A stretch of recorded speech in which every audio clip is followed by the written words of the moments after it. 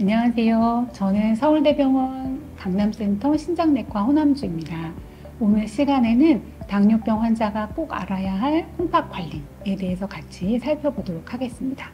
첫 번째 질문은 내가 당뇨병 환자인데 어떻게 하면 콩팥을 건강하게 유지할 수 있나요? 이렇게 물어보셨어요. 또 많이들 물어보시는 게 제가 나중에 콩팥이 망가져서 투석하게 되는 건 아닌가요? 이렇게 물어보시거든요. 이렇게 당뇨병에 걸리면 당뇨병 콩팥병이 오는 경우가 있는데 실제로 전체 당뇨병 환자 중에서 피검사를 했을 때 만성 콩팥병으로 나오는 경우가 12% 정도, 그리고 소변 검사를 했을 때 알부민뇨, 단백뇨가 나오는 비율이 23% 정도라서 두 가지를 합하면 당뇨병 콩팥병이 당뇨 환자의 한 3분의 1 정도에서 발견이 됩니다. 즉, 당뇨 환자가 3분 계시면 그 중에 1명은 당뇨병 콩팥병이 온다는 건데요. 이걸 다르게 말하면 내가 당뇨가 걸려도 3명 중에 2명은 당뇨병 콩팥병이 오지 않는다는 얘기가 됩니다. 그렇다면 내가 당뇨병 환자라도 당뇨병 콩팥병이 오지 않게 관리를 하기만 하면 되는 거죠. 그리고 안타깝게도 당뇨병 콩팥병이 왔다고 해도 어떻게 하면 더 진행하지 않게 할 것인가? 이 두 가지에 대해서 오늘 시간에 답을 찾아보도록 하겠습니다. 당뇨병이 무서운 이유는 혈관의 합병증을 일으키기 때문입니다. 이게 그림에서 보시면 심장 혈관에 문제가 생기면 심근경색이 오고, 뇌혈관에 문제가 생기면 뇌경색이 오고, 망막혈관에 문제가 생기면 망막병증이 생겨서 실명하게 되는 경우도 있죠. 그리고 콩팥혈관에 문제가 생기면 콩팥병이 오게 됩니다. 이게 당뇨 콩팥병이라고 하는 건데요. 이렇게 당뇨 콩팥병이 오게 되면 두 가지 정도 대표적인 소견이 있는데 처음에는 알부민뇨로 시작해서 양이 점점 많아지는 단백뇨를 보이는 소변에 단백질이 많이 빠져나오는 현상이 보이게 되고요. 두 번째로는 사구체 여과율, 저희가 보통 콩팥 기능이라고 하는 사구체 여과율이 저하돼서 혈액을 걸러서 소변을 만드는 기능, 그리고 양이 적어지게 됩니다. 콩팥에 대해서 조금만 더 살펴볼게요. 우리 몸속을 살펴보면 오른쪽 콩팥, 왼쪽 콩팥 이렇게 두 개가 있고요. 이걸 조금 더 확대해서 보면 콩팥 안쪽에는 동그랗게 공같이 생긴 사구체가 많이 모여 있습니다. 사구체는 콩팥의 핵심 단위고 콩팥 한 개에 약 100만 개 정도의 사구체가 있을 정도로 굉장히 많아요. 근데 이런 사구체의 역할은 우리 몸속에서 정수기 필터, 체와 같은 역할을 하는데 체는 어떤 역할을 하냐면 우리 몸속의 피의 단백질은 중요한 역할을 하기 때문에 소변으로 나가면 안 됩니다. 그래서 피 속의 단백질이 소변으로 나가지 못하게 걸러주고 소변만 빠져나가게 하는 필터 역할을 하는 게 바로 사구체가 되겠습니다.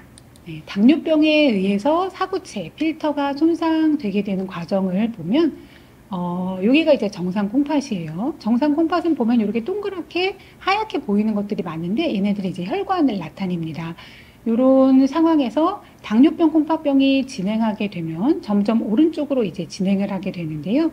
보시면 안쪽에 이렇게 빨간 물질들이 쌓여서 점점점 많아지는 것을 보실 수 있습니다. 이런 빨간 물질들이 이 안에 쌓이게 되는 게 당뇨병 콩팥병 소견인데 이렇게 쌓이게 되면 우리 몸속의 필터인 사구체가 손상돼서 필터의 역할이 뭐라고 했죠, 아까? 우리 몸속에서 꼭 필요한 단백질이 몸 밖으로 빠져나가지 않게 하는 역할인데 필터가 손상되면 필요한 알부민, 단백질이 소변으로 빠져나가게 되고 이게 빨간 물질들이 점점 더 많이 쌓이게 되면은 혈관이 막히고 사구체가 꽉 막혀서 결국 사구체 여과율이 저하되게 됩니다. 그래서 당뇨병 콩팥병 초반에는 알부민뇨, 단백뇨가 나타나고 이후에 이것이 점점 더 진행되게 되면 사구체 여과율 저하가 따라오게 됩니다. 이렇게 콩팥 기능에 문제가 생기면 콩팥 기능 이상의 증상들이 발생하게 되는데요. 이 증상을 좀 살펴보도록 할게요. 정상 콩팥의 주요 기능은 소변으로 우리 몸속에 필요 없는 혈액의 노폐물을 배설하는 건데 이런 기능이 잘 안 되면 노폐물이 쌓여서 기력 저하, 식욕 부진, 피로감 이런 요독 증상이 나타나게 되고 또 정상 콩팥 기능은 몸속의 수분을 조절하는 기능이 있는데 수분 조절이 잘 안 되면 몸이 붓는 부종이 생기고 전해질을 조절하는 것이 콩팥의 기능인데 이 기능에 문제가 생기면 전해질이 이상해져서 심장에 부정맥이 발생하게 됩니다. 또 정상 콩팥의 기능 중에 혈압을 유지하는 기능에 문제가 생기면 고혈압이 생기고, 콩팥은 피를 만드는 기능을 하거든요. 이런 피를 만드는 기능에 문제가 생겨서 빈혈이 생기고, 칼슘과 인의 대사에 문제가 생기면서 혈관이 뼈처럼 딱딱해지는 혈관 석회와 그리고 심장에 문제가 생기는 심부전이 발생하게 됩니다. 이런 콩팥 손상을 조금 더 살펴보면, 콩팥이 안 좋은 분들은 주치 선생님들이 보통 콩팥 기능이 몇 % 남았습니다, 이렇게 설명해 줄 텐데, 이게 바로 사구체 여과율입니다. 그래서 보통은 60이 넘으면 큰 문제가 없다고 생각하고, 30에서 59면은 3단계, 15에서 29면은 4단계, 15 미만이 되면 5단계로 콩팥 기능이 거의 없는 상태가 되어서 이런 경우는 투석이나 이식을 고려하게 됩니다. 그런데 콩팥 손상을 볼 때 이런 사구체 여과율뿐만 아니라 소변에 나오는 단백뇨도 같이 고려하는 것이 중요하겠습니다. 단백뇨는 1단계, 2단계, 3단계 이렇게 분류를 하는데, 1단계는 알부민뇨가 하루 30mg 미만으로 나오는 정상 소견이 되겠고, 2단계는 중등과 알부민뇨라고 해서 30에서 300, 그리고 300이 넘어가면 심한 알부민뇨라고 해서 3단계로 저희가 분류를 하게 됩니다. 이 중에 2단계 이상의 단백뇨가 나오거나 사구체 여과율이 60 미만으로 떨어져 있을 때 콩팥 손상의 위험이 높다라고 저희가 보고요. 이런 경우에는 콩팥에 대한 적극적인 관리가 필요하겠습니다. 그러면 왜 이렇게 단백뇨가 나쁘다고 하냐 보면, 단백뇨가 나온다는 것은 콩팥이 이미 망가졌고 현재도 망가지고 있는 것을 나타내는 사인이기 때문입니다. 그리고 단백뇨는 콩팥뿐만 아니라 심장 혈관계 합병증의 위험도하고도 관련이 됩니다. 이거는 심장 혈관계 질환으로 인해서 사망하게 되는 위험을 나타내는 표인데요. 보시면 여기 사구체 여과율이 밑으로 내려갈수록 점점 떨어지는데, 요 사망의 위험도 숫자를 보면 아래로 내려갈수록 점점 커져요. 그래서 콩팥 기능이 나빠짐에 따라서 사망의 위험도, 심장 혈관계 질환으로 인한 사망 위험도가 점점 증가하는 것을 볼 수 있고, 또 단백뇨가 1단계, 2단계, 3단계 이렇게 늘어나면서 사망 위험 숫자가 점점 커집니다. 즉 단백뇨가 늘어나면서 심혈관계 질환으로 인한 사망 위험도가 커진다라는 것을 볼 수가 있는데, 단백뇨의 영향에 대해서 좀 보면 사구체 여과율이 똑같이 90 이상이라고 할 때 90 이상이면 정상이거든요. 콩팥 기능이 정상이면서 단백뇨가 없는 사람들을 기준으로 했을 때 단백뇨가 2단계로 늘어나면 사망 위험은 1.5배로 증가하고, 단백뇨가 3단계로 늘어나면 사망 위험은 2.2배로 증가하게 됩니다. 한 가지만 더 보면 사구체 여과율이 45에서 59 정도로 한 콩팥 기능이 조금 떨어져 있는 상황이죠.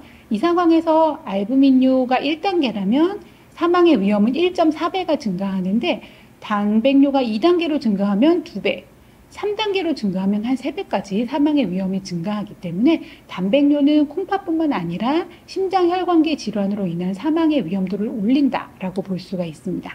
그러면 앞서 우리가 봤던 질문에 대해서 이제 답을 한번 해볼게요. 내가 당뇨 환자인데 어떻게 하면 당뇨병, 콩팥병이 오지 않게 할 것인가에 대해서 대답을 좀 해보면, 일단은 적극적인 혈당 조절이 가장 중요합니다. 적극적인 혈당 조절을 통해서 단백뇨 발생을 줄여서 콩팥 기능 악화를 막는 것이 가장 중요하고요.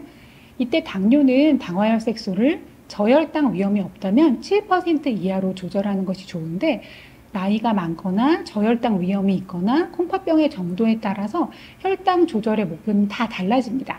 그리고 사용 가능한 약도 달라지기 때문에 이거는 담당 주치의 선생님하고 상의해서 목표를 정해서 관리하시는 게 좋겠고요. 다음으로는 정기검진이 중요한데요. 콩팥병은 상당히 진행되기 전까지는 특별한 자각 증상이 없습니다. 그래서 당뇨 환자는 콩팥병이 없다 해도 꼭 1년에 한 번은 정기적인 콩팥병 검진을 하는 것이 중요합니다. 이때 어떤 검사를 해야 되냐면, 소변 검사로 단백뇨가 있는지 확인하고, 시험지봉 검사도 필요하겠지만 그보다는 알부민뇨 정량 검사를 해서 알부민뇨가 몇 미리그램 나오는가를 확인하는 것이 중요하고, 혈액 검사를 해서 콩팥 기능 확인하는 게 중요한데, 이때는 혈청 크레아티닌을 검사해서 추정 사구체 여과율을 계산해서 콩팥 기능이 어느 정도 되는지 확인하는 것이 중요합니다. 즉 당뇨 환자라면 최소 1년에 한 번은 콩팥병에 대해서 정기 검사를 하는 것이 필요하고요. 두 번째로는 일단 내가 당뇨병, 콩팥병이 왔다. 그러면 어떻게 하면 진행하지 않게 할 것인가? 이것을 살펴보도록 하겠습니다. 이거에 대한 답을 구하려면 앞서서 우리가 봤던 그림을 다시 한번 봐야 되는데, 당뇨병이 무서운 이유는 뇌혈관, 눈의 혈관, 심장혈관, 콩팥혈관, 혈관 합병증을 일으키기 때문이라고 했죠. 이때 혈관 합병증이 왜 생기는가? 그 원인은 당뇨도 중요하지만 당뇨뿐 아니라 고혈압이나 고지혈증, 또 혈관 합병증을 일으키는 원인이 됩니다. 그래서 고혈압이나 고지혈증을 철저하게 관리하는 것이 당뇨 관리만큼이나 대단히 중요하겠습니다. 당뇨병, 콩팥병이 왔다면 일단 이때도 적극적인 혈당 조절은 중요합니다. 중등도 정도 알부민뇨가 일단 생겼다고 해도 혈당을 엄격하게 조절하면 콩팥병의 진행을 지연시킬 수 있고요. 또 고혈압 조절이 중요한데 고혈압은 당뇨병, 콩팥병을 악화시키는 중요한 위험 요소이기 때문입니다. 철저한 혈압 조절을 해주면 콩팥 기능 저하를 지연시킬 수 있고 가이드라인에 따라서 다르지만 일반적으로 혈압은 130에 85 이하로 조절하는 것이 좋고요. 특히 혈압약 중에서 안지오텐신 전환효소 억제제, 안지오텐신 수용체 차단제라는 종류의 혈압약이 있는데 이거는 혈압약이면서 단백뇨 치료제로도 쓰이는 약이거든요. 그래서 단백뇨가 있는 당뇨 환자라면 특히 이 약은 꼭 쓰는 것이 좋습니다. 그리고 고지혈증 관리가 중요합니다. 고지혈증 중에 이제 나쁜 콜레스테롤 LDL은 100 이하로 관리하는 것이 중요한데 심장 혈관이 안 좋다 그런 상황이 있다면 더 철저하게 관리하는 게 필요할 수도 있습니다. 그래서 나는 그냥 운동하고 좀 고지혈증 떨어지는지 안 떨어지는지 좀 보자 이렇게 생각하시는 것보다는 만약에 내가 운동하고 식이 조절을 하는데도 고지혈증 관리가 잘 안 된다면 적극적으로 약물 치료를 하는 것이 좋을 수도 있겠습니다. 그리고 비만이 되지 않게 적정 체중은 체질량 지수 25 미만으로 조절하는 것이 좋고 당뇨병, 콩팥병이라 해도 일반적인 콩팥병 관리의 원칙을 따르는 것이 좋은데요. 우리 몸속에 물이 부족한 탈수가 오게 되면 콩팥에 부담이 될 수 있기 때문에 수분 섭취를 충분히 해주는 것이 좋고 혈압 조절을 잘 하고 또 이게 굉장히 중요한데 콩팥에 해로운 약을 먹지 않는 것이 중요합니다. 저한테 오시는 환자분들 중에서 콩팥에 해로운 약을 잘못 먹고 콩팥이 나빠져서 오시는 분들이 굉장히 많거든요.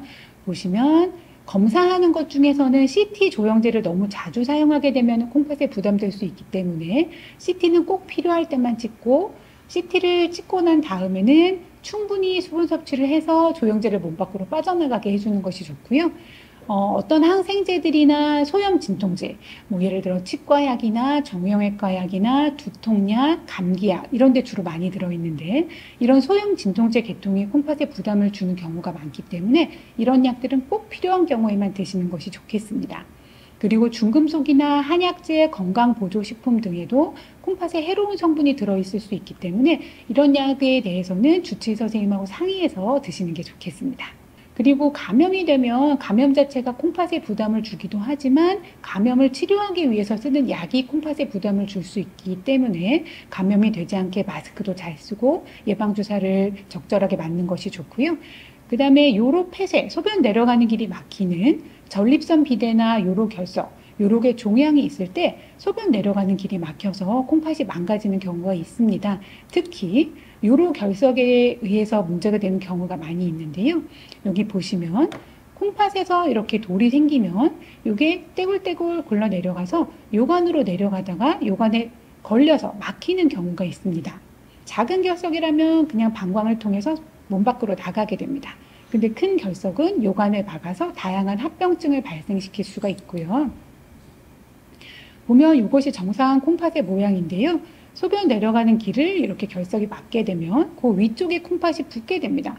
붓고 점점 더 붓고 점점 더 붓게 되면은 여기 보면 콩팥 모양이 정상 콩팥하고 전혀 다르게 콩팥 모양이 이상해졌어요. 그래서 이렇게 요로결석에 의해서 소변 내려가는 길이 막히게 되면은 수신증이 심해져서 콩팥에 문제를 일으킬 수 있기 때문에 요로결석을 적절하게 치료해 주는 것이 중요하겠습니다. 다른 콩팥병 관리의 원칙들을 좀 살펴보면 소금은 하루 5g 미만으로 섭취하는 싱겁게 드시는 것이 좋고요. 단백질은 너무 적게 드시면 근육이 없어지고 몸이 약해지는데 단백질을 또 너무 많이 드시면 콩팥에 부담을 줄 수 있기 때문에 적절하게 섭취하는 것이 중요하고 건강보조식품에는 콩팥에 부담되는 물질이 들어있을 수 있기 때문에 자제하는 것이 좋고 인스턴트 식품도 자제하고 독감, 폐렴, 대상포진 이런 것들에 대해서는 예방접종을 적절하게 하는 것이 중요하고요.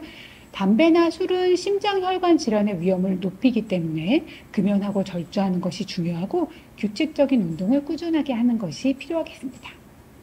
경청해 주셔서 감사합니다.